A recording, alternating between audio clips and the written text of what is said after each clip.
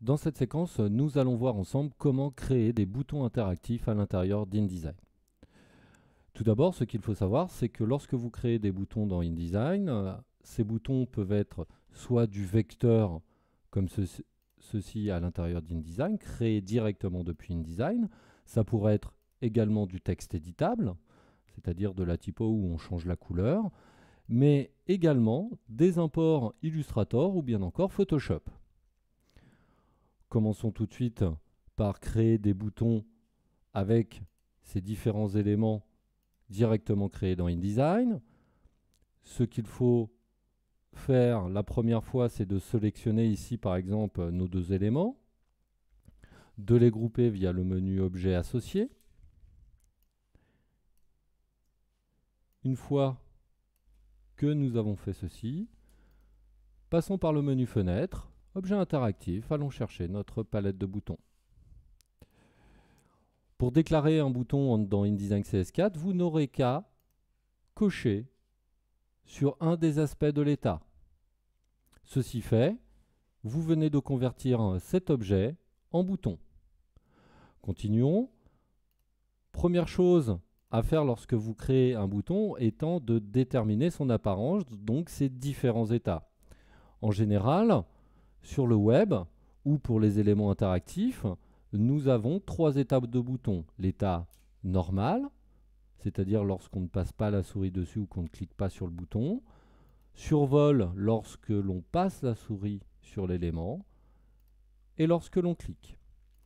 Nous avons ici une flèche vers la droite qui signifiera aller à la page suivante. En mode normal, il sera comme ça. Maintenant, je vais cliquer sur Survol. Je vais sélectionner ici cet élément. Il faudra prendre la précaution d'associer ces éléments. Avant de faire la manipulation suivante, édition, couper, sélectionner l'élément bouton et faire bien attention sur quel état nous sommes sélectionnés et lui demander, via le menu édition, de coller dedans.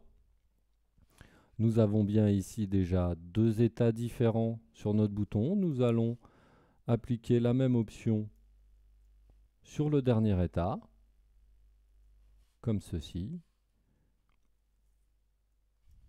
Et nous avons bien ici trois différents états pour notre bouton page suivante. Une fois que vous avez réalisé l'aspect graphique de votre bouton sur ces trois états, nous pouvons maintenant appliquer un script d'action. En cliquant sur le petit plus dans la palette boutons, nous aurons accès aux différentes fonctions de boutons ou scripts d'action et nous demanderons ici d'atteindre la page suivante. À noter, comme je vous l'ai déjà dit dans des podcasts ou des séquences, pensez bien à paramétrer le zoom lorsque vous changerez de page, que ce soit dans Acrobat sur un fichier PDF ou SWF. Nous allons maintenant placer ce bouton sur les pages concernées, car sur le sommaire, nous allons placer que l'élément page suivante, étant donné qu'il n'y a pas de d'autres pages avant le sommaire. Et je vais tout simplement dupliquer cet élément en copier, édition, coller sur place, afin de repositionner ce bouton exactement au même endroit que sur la page sommaire.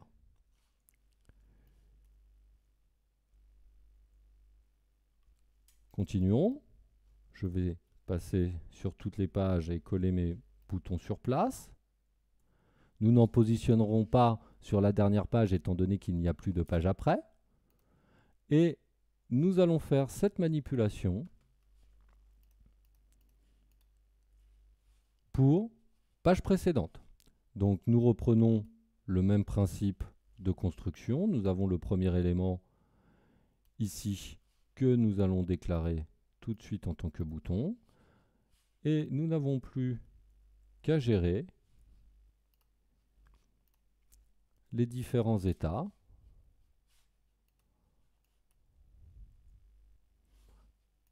Comme précédemment. Ajoutons maintenant le script d'action page précédente, avec toujours cette notion de zoom. Je ne positionne pas cette flèche sur le sommaire car nous n'avons pas de page avant. Et positionnons maintenant nos flèches sur toutes les autres pages.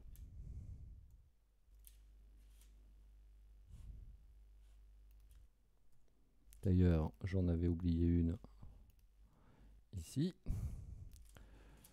comme ceci. Exportons maintenant directement ce document au format PDF. Nous avons bien toujours notre table des matières interactive que nous avons créée via les hyperliens. Nous avons bien ici un changement d'état sur notre bouton. Clic et nous passons bien de page suivante en page suivante. Et nous pouvons remonter via le bouton page précédente. Nous avons toujours notre retour sommaire via l'hyperlien. Vous voyez que ici, nous avons des hyperliens dans cette maquette, mais nous avons tout simplement créé des boutons avec des options vectorielles d'InDesign que nous avons placés tout au long de notre maquette afin de pouvoir naviguer, que ce soit au format PDF ou SWF, dans les fichiers générés.